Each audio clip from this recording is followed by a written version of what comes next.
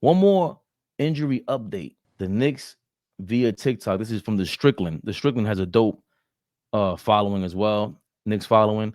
Mitchell Robinson via TikTok at the Knicks facility with no walking boot or ankle brace. Wait a minute, you ain't getting me with that music. It says get well. Thanks, buddy. No walking boot. Knicks facility. You see that? Thumbs up. Let's get to it, Mitch. What are we thinking about that?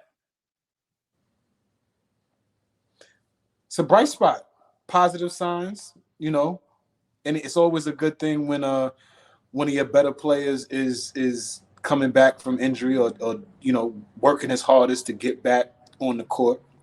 I think we need him. I think it would add just another layer of what we were doing early on. When he went down, that was such a gut punch. It almost felt like the end of the world. When he went down, and then Zeke Hartenstein stepped up, and we was just like, man, like look at iHeart doing this thing, right? So we could get Mitchell back. I'm extremely, extremely excited about that. I can't wait. I think you touched on this last week. The way you broke it down was beautiful, and nobody said it. The Knicks lost their identity to injuries. Yeah. Like the Bucks lost their identities voluntarily. Mm-hmm. They volunteered to trade everybody, and they lose their defensive identity. That's on them, and that happens in sports. What also happens in sports is injuries, and just the accumulation of these injuries to steal our identity, the way that the basketball gods have done. Mitchell Robinson was a part of the beginning of this identity or creating this identity of defense and just holding on to it because we still suck defensively. And nobody wants to say that. We still were in the middle of the pack, lower tier defensively from what I saw when Mitchell Robinson was at the helm.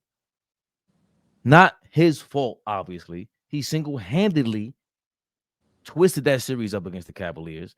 For any one player to dismantle a team like that is big time.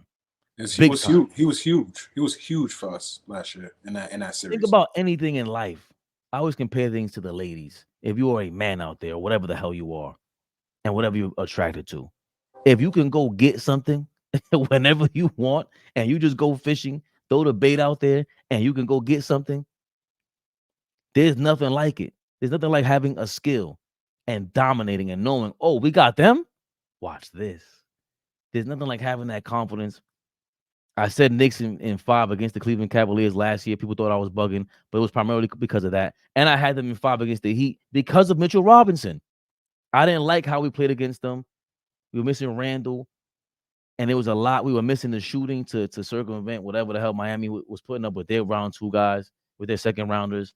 But to have the rebounding edge the way that we do, and we still do against the whole entire league right now, Mitchell Robinson was a part of that.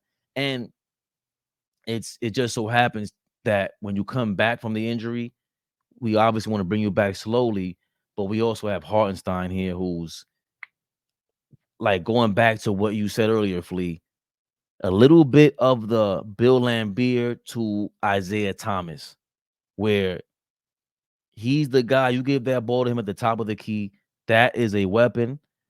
That is the guy who can see the court and make a great decision quickly. That's what you want.